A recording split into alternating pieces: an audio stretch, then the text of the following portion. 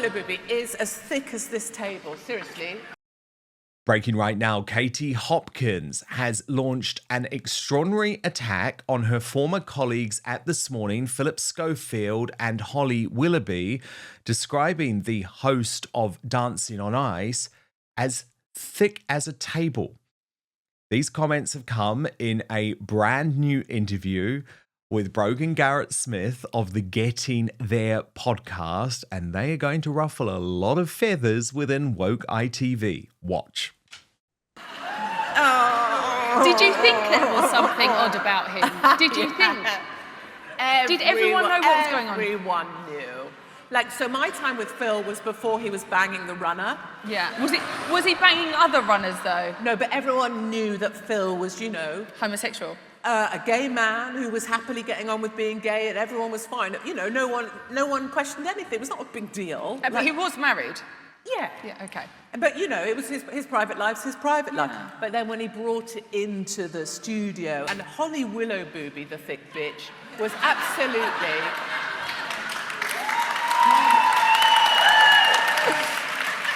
I mean, seriously, I'm jealous because she had great tits, right? But Holly Willoughby is as thick as this table, seriously.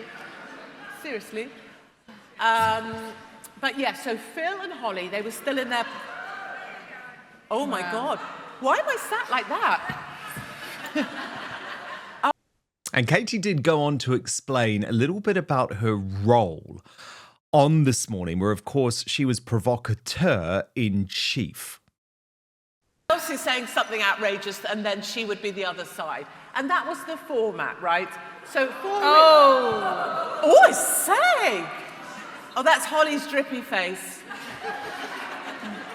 So it's perfect for them, because they get to be the side of the people at home who are outraged, and I get to be the twat, But what I will say is they would send me the story. So it was on one particular example was, people think about what they call their children.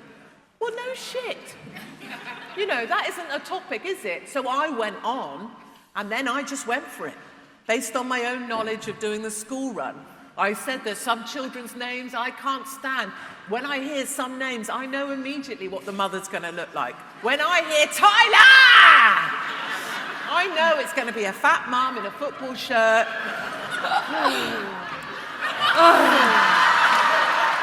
Is that Tyler's mum? That's not Tyler's mum. A fat mum in a football shirt smoking out the window of her mobility car. Paid for by the council. And you said that on the TV, Said right? that on the TV, and she'll be shouting, "Destiny!" The broadcaster and political strategist Charlie Downs, and the woman behind that interview, Brogan-Garrit Smith of the Getting There podcast, join me now. So, Charlie, is that what you're saying is unpalatable? Is that too much for you? Yeah, it's not too much for me. I thought that was very funny. But what I am saying is that a lot of ordinary, middle-class people, I'm thinking about the people who I know in my personal life who are not, into politics or anything. A lot of that it's going to cause some pearl clutching, and it's going to cause some offense. And I get that that's what she's trying to do. And I kind of respect that in a certain way. And I mean, as I said, as I was watching that, I was laughing because it was funny. But the point that I was making, because I am trying to make a kind of, I'm trying to make a serious sort of political point here, which is that when radical sort of, interesting, spicy, dissident opinions are put into the mouth of somebody like Katie Hopkins, I think it turns more people off than it does bring people on. And actually, if we, to bring it back to the whole point of the dire state of this country, if the objective is to save Britain, and if the objective is to bring Britain back from the brink, that's a tongue twister in and of itself. Goodness me, I'm getting myself all tied up. Then it's not actually that helpful to have people like Katie Hopkins delivering those opinions to the public. And actually, as I said already, it's kind of in the interest of the power structure for it to be delivered in an unpalatable way. But with that being said, look, I'm not going to say that wasn't funny with the clip that you just showed. It was very amusing. Brogan-Garrit Smith, the thing is, she is actually a stand-up comedian now. And that's what's so interesting, isn't it, Brogan? Because I think Katie has sort of worked out that she can sometimes say unpalatable truths in a much easier manner with less risk of cancellation. Although once you've been cancelled like she has, they can throw Well, anything when at did her. we forget to be able to have a laugh as well? Do you know Yeah, what I mean? I know totally. you said, Charlie, some of your friends or peers might not find it funny. Maybe they don't have a sense of humour. I don't know. But one minute she's being called a racist, and the next she's talking about, white people hanging out their mobility scooter. So, I mean, she's diverse. Do you know? Well, she's not diverse, but do you know what I mean? They can't put her in a label in one moment and the next you can't, and you have to be able to have a joke. And she said that's, to me privately, she said that's what she believes has given her this longevity and comeback, is that she can talk about things that are too taboo to other people to talk about if we put it into like a comedy act, or we make fun of it. And she uses her comedy to bring home some really important points about what's going on in the UK. Charlie, do you want to respond? No, I totally see that. I really do, and I don't disagree. I think actually, just to come back to something we were talking about earlier, the sort of Tommy Robinson, Douglas Murray distinction. That is really interesting in and of itself, actually, because I do think if you had a kind of a working class version of Katie Hopkins, you might actually see the same thing. You might see the same thing as you do, where Douglas Murray is allowed to say certain things about immigration and Islam and all the rest of it. Whereas when Tommy Robinson says the same things, he is, imprisoned by the state. I think you'd probably see the same thing because Katie Hopkins does have that, granted she has been cancelled, but at least for a time, she was part of the establishment. She was part of the media establishment. And so I think that background does give her a certain amount of insulation, and it gives her a certain amount of license to say things, which actually, I think it's fair enough that she's using that to push the boundary and to push the Overton window. So yeah, I mean, credit to her where it's due. Yeah, and trust me, when you have been cancelled, right, and you know that the people who were so gutless or didn't stand up for you and actually are the worst type of people, you feel braver in terms of actually just being able to actually say, okay, Phillip Schofield's a scumbag, whatever it happens to be. And look, my personal story, I guess, with Katie is a bit of an interesting one because we were both colleagues at the Sun newspaper, very much smack bang in the mainstream media.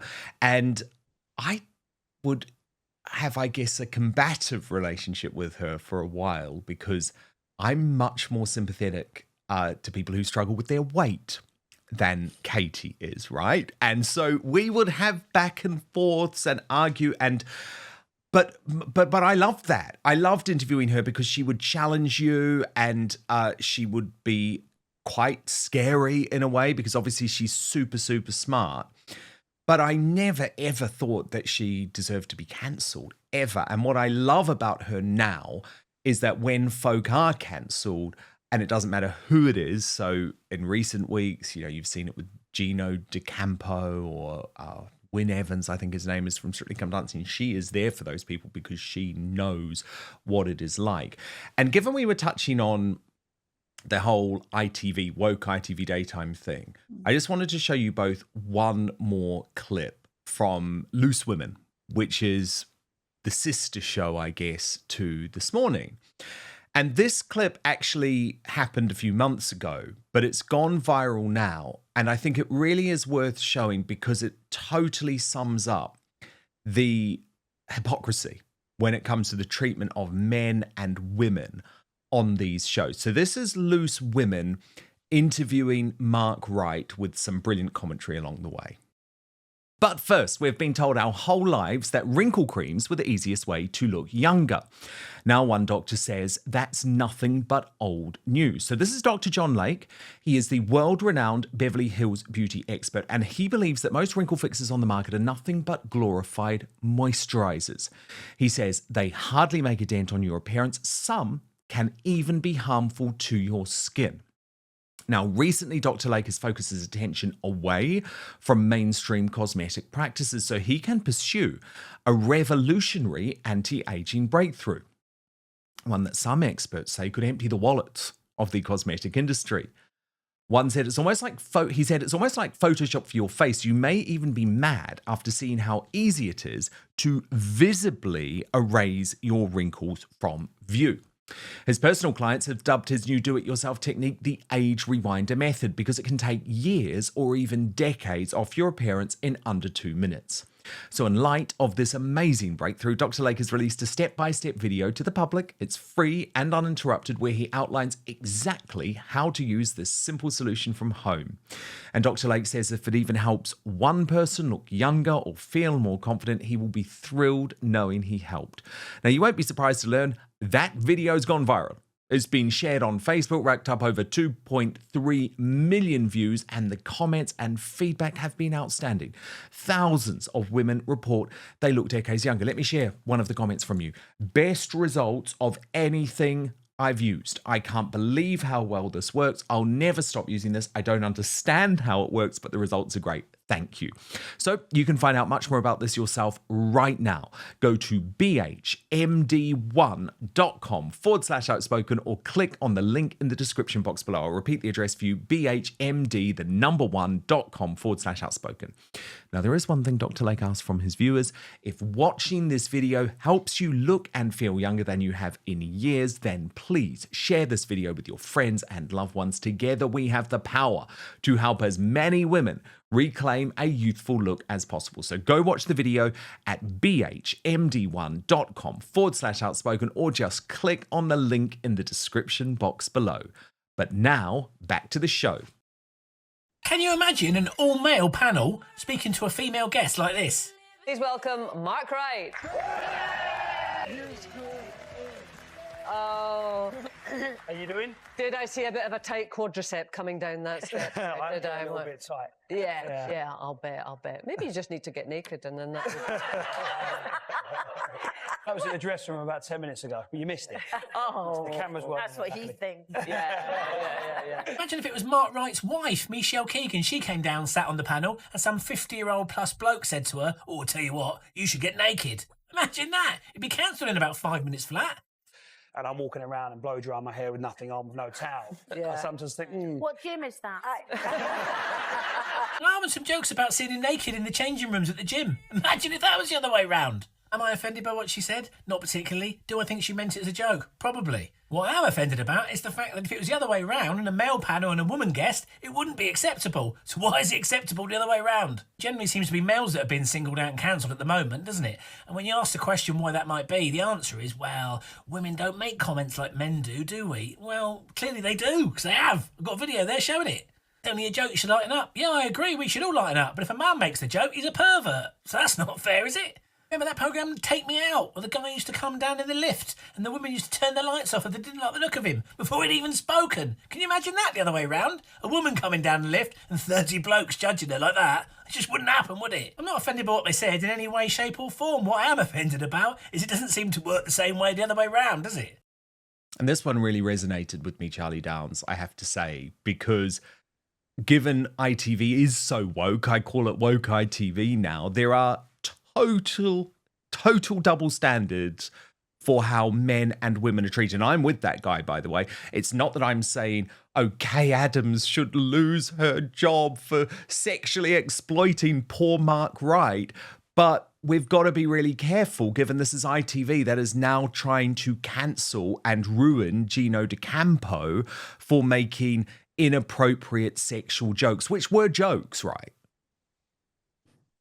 Yeah, this actually gets at something really interesting, which is the actual whole concept of gender equality. And I am of the belief that I'm not a feminist or anything like that, but I don't believe that, because equality just means the same. Right. And I don't believe that the genders are the same. Therefore, I don't think that it's appropriate to treat the genders in the same way, because I'll give you an example. Right. If somebody walked up to me in the street and punched me in the face, if that was a man, I would fight back. But if it was a woman, you're not going to turn around as a man and like floor a woman, are you? Even if she does come up to you and assault you, there's something about that in the male spirit that is just inappropriate, right? Because it's just not a fair fight at the physical level. And so this kind of complaint that there's a double standard in the way that men and women are treated on screen, where you can make sexual remarks about a man but not about a woman, that's just the way it is, I think. And I actually think it's a little bit unbecoming of a man to be hectoring and complaining in this way, because you just sound like a male version of a feminist. Like, you just sound like, the kind of inverted version of a feminist. What I would prefer is that we have a properly constituted relationship between the sexes, where we can, on occasion, make some racy jokes, because that's, adds a little bit of spice to life, doesn't it? And we can all just have a laugh, and we can all just kind of not get so het up about this sort of thing. But we live in such an emotionally charged climate at the moment that even something as otherwise unremarkable as this exchange is picked up as this kind of culture war issue. What I would prefer to see is a recognition of the fact that men and women are different and therefore need to be treated differently. But actually, at the end of the day, the right relationship between men and women is not one of competition or resentment or hatred, but just one of love, one of care, and one that recognizes that the male and the female are complementary parts of a greater whole. Brogan, where do you stand from a female perspective on this? Is it okay for the loose women, girls to objectify Mark, but it's not okay for Gino D'Acampo to tell? I think Charlie hit the nail on the head. There are differences between men and women. Women are seen to be more vulnerable. Traditionally, they are more sacred, especially when it comes to their bodies and everything else. So I also feel that, if we stop being able to make small jokes, like, it wasn't hugely inappropriate, it was nothing about his private parts. For me, it was an icebreaker of him walking onto a panel of women. Jokes to me are kind of that last bit of free speech that we've got. She couldn't have said that without a comedy context. And exactly what Charlie said, there are differences between men and women. If a man hits a woman, it is different than a man and a man having a fight. And there has to be people that toe that line and say, that is the truth. And in the same breath, women do require a little bit more respect and privacy when it comes to their bodies, because traditionally, they are the more sacred out of the two when it comes into preserving their bodies. And can I just add very quickly, Dan, Yes, just to that point, if you're going to, if anyone's going to sit there and tell me that your average man wouldn't be loving it if he was in that same situation, then I don't know what to tell you. Yes. No, and Mark Wright was loving it. He was absolutely loving it. Mark, we grew up in Essex together. I'm surprised he didn't come out in a tank top. Like, he's a lovely bloke. Like, he knows the drill. And also, guys, I think one of the main things is, that table of panels, we're not trying to recreate at home. When they're not the conversations we have at home. People are tuning in for entertainment. That means a little bit of comedy. That means conversations that they may not be having at home. And television isn't just a complete replica of real life. It is there to entertain. Very, very good point. Well, look, you guys have certainly entertained today, getting so many comments about you both through on the live chat. Mark Harrop wrote, "What a breath of fresh air listening to your guests. These and yourself are our future politicians and truthful media presenters. Thank you very much." Reese wrote, "Charlie is fantastic. Wish he would have a word with my privately educated 22-year-old niece who calls everyone racist if you disagree with her." And John Scotty Wood said, "I've just subscribed to the Get In There podcast. I'm looking forward to watching Katie Hopkins." And Brogan, when is it out? Monday, is that right? So we're going to be out Monday night. Monday night. Amazing. Well, look, I watched the whole thing last night. I know my audience are going to absolutely love this one. So make sure you subscribe to the Get In There podcast, and then you'll get the full Katie Hopkins interview when it is released on Monday. But so brilliant to have you both here. Thank you so much, Charlie. Thank you, Brogan. Thank you, Dan.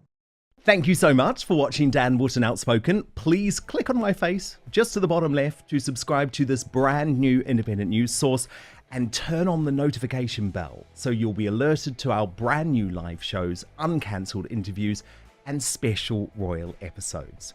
Outspoken is also now available as a podcast, so you can listen to the show every weekday on the go, wherever you are.